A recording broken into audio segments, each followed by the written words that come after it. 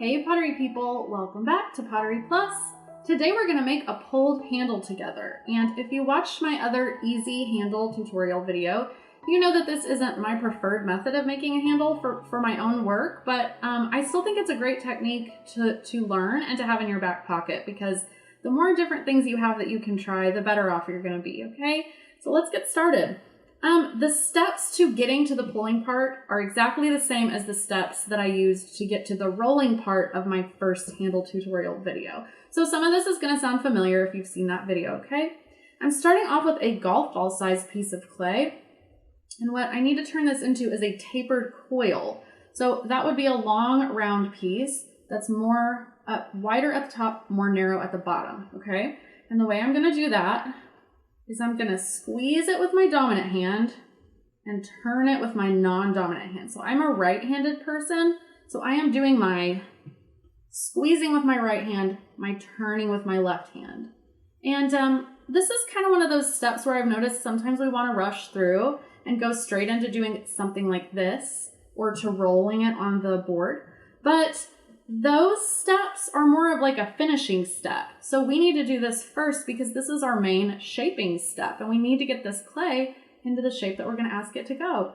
So, and that tapered coil shape, wider at the top, more narrow at the bottom, that's just sort of a traditional sort of a handle. So if you're doing a different shape, that's okay. Same technique's going to apply. You're just going to squeeze and turn, keeping your fingers together to get a nice even and round coil, and get it into that shape you're going to want it to go to. Now we are going to roll it on the board here in just a moment, but again, that's just going to be to refine the surface of the clay, okay? And I think this piece of clay has gotten a little bit large for a coffee mug, or this handle's gotten a little large, but that's okay. The bigger the better for a demo, right? All right, so now I am going to roll it on my board. And because it's tapered, it's going to want to roll in like a crescent kind of a shape, and that's okay. Let it do that. Not putting much pressure here at all. Just sort of letting the flat surface of the board do the work for me and smooth out my fingerprints, any indentions that may be on the surface. And you can't usually get it completely perfect, but this step will help. For your hand to slide down the clay a little bit easier on the next step, just to get it as smooth as you can. I have a little problem area down here at the bottom that I'm sort of trying to work on without pressing down too hard. Whenever there's like a little flaw in the surface, I'm always tempted to like press down and roll it harder, but and I think that's a natural thing, but try not to do that because we don't want to flatten the surface of this and warp it as we're rolling it. We want it to stay nice and round. And I am going to flatten it here in just a minute, but it's going to be a controlled flattening. Okay, so that's looking pretty good. So this is what I've got now, my tapered coil. And I think it's ready to go on to the next step. I might just use my finger to do a little finesse. I see a bit of cracking in the surface, and friends, that used to always really freak my students out when they would see little cracklings, but that's just the nature of clay. As it starts to dry out, it crackles, but those cracks typically are not going all the way through the clay. It's just that the surface is getting a little dry, like the skin is getting a little dry. So smooth them out with your finger. Don't worry yourself too much about them, and just keep going, okay?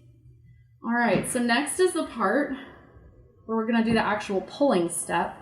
It's fun and not at all awkward to teach to adult students.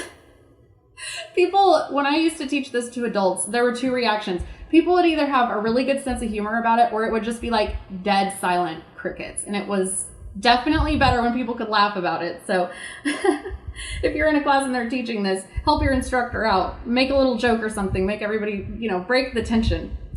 Okay, so I'm going to begin pulling by squeezing my thumb and finger into the top thickest part of that coil. And what I'm doing there is I'm kind of creating a little handle for myself. I am creating a handle, but I'm digging in so that my fingers have a place to rest and so that the handle doesn't slip out of my hand as I'm doing this next step, okay? So dig in with your thumb and finger. Oh, and I'm using my left hand. You're gonna use your dominant hand to pull, okay? So I've got my bucket here nice and full of water. I'm gonna dip the whole handle into the water, dip my hand into the water, okay? You cannot be shy with the water if you wanna do a pulled handle. You gotta use a lot of it. Next, I'm gonna put my thumb and index finger in kind of like, I used to say to my students, like an almond shape or a teardrop shape. And I'm actually gonna be using this part of my thumb and this part of my finger to put pressure on the handle, okay? I'm not gonna use my fingertips because those are gonna pinch too much. And I need the flat part of my fingers to help me with this step. Oops. Okay, so it's gonna look like this. And you're just going to use that inside part of your thumb and finger to start to pull it down. And it's gonna start to stretch, okay? And you're gonna move your hand, your dominant hand, the hand that's pulling around the handle to kind of control how it is shaping up, I guess you would say. So you're gonna see me turning this handle. I'll probably even turn it around and pull from the other side a little bit. But kind of, I don't know, I guess the point I'm trying to make is don't just mindlessly pull. Kind of try to pay attention to what areas need pressure. Like I guess it's just because the way my hands are, but I always end up kind of pulling mine to my right. So then I'll kind of try to do a couple pulls, sort of just slightly leaning it back to the left to correct that. So just pay attention to those little things. This is still looking really thick and bulky, so I'm gonna keep going. And a couple things here to keep in mind is when you're watching someone do this, it looks like they are putting pressure on the downward and the upward movement, but I'm actually not. I'm pulling down and then releasing and beginning to put pressure when I get back up to the top, okay? So when you kind of get going really fast or you see someone who's really used to doing it, it looks like they're giving a handle job. Hey-yo. But it's really not. It's just putting pressure on the downward motion. And let me see if I can turn this baby around. You can see it from this side. So this is what it's looking like on the side that's been facing me. And also, kind of when you get going more, I'm just now noticing this. I'm gonna put this down for a moment. I'm sometimes, like where I'm feeling thickness, I'm sometimes kind of digging in with my thumb and letting the handle go into more of that curved part of my hand. So that might be something that you start to feel as well. If you start to notice that, I think, that's fine. And it's really like this part of my thumb. It's not really like the tip, it's like the side, okay? So it'll kind of start to stretch out, look more like a handle at this point. And I want to reinforce my taper. So I'm going to be sort of trying to apply more pressure as I get to the lower parts. But like, it's just such a slight variation in pressure. Like if you pull down and squeeze really hard down there, you just get a thin spot that will then be kind of weak. So I am trying to sort of like taper my pressure with the taper of the handle. So I'm being gentler up here to keep it thicker and then kind of easily applying more pressure as I get to the bottom. But that is a very, very nuanced part of this process. So maybe don't worry about that if this is like your first time ever. Just maybe focus on feeling the clay stretch between your fingers, okay? Because that's really what you want to feel. Now, it is hard to maintain that taper at the very bottom because, like, similarly to when I was showing how to make a slab, when you get to the edge of something, it's really tempting to like get it too thin for whatever reason. But so when I get to the bottom of my taper, I kind of like let off of it. I kind of release. And so I end up with a thick spot right there. But it's okay because I'm just going to pinch it off, get rid of it. And now my taper is kind of like nicely reinforced. Okay, I think this is pretty much done. And from here, folks, you see people do all kinds of weird stuff with their handles. Like I've seen people put them on the side of a bucket, let it hang off the side of a table. But we really don't want gravity pulling down on this because what we want to start to do is get a curve going into it and reinforce that curve. So like laying it over a rolling pin is fine, or something round. I think that's okay, but just whatever you do for the next step of letting it set up, make sure it's reinforcing the curve and not putting gravity on it to pull the curve out, okay? And however you choose to do that is fine. This is how I do it.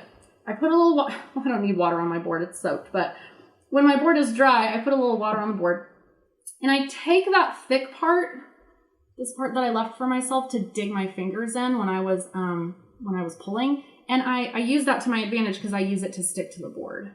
Now, first, I'm gonna kind of pull and get the curve that I want into this, and then I'm just gonna stick that really thick part down to the board. I'm trying to do this to the side so that y'all can see it. I don't know if you can see that very well, but in this scoop in, I do not want that. So I'm going to adjust that so that it's maintaining its roundness a little bit better. Oh, geez, okay. You need to be stuck down a little more, don't you? And I think about right there is where I would leave it.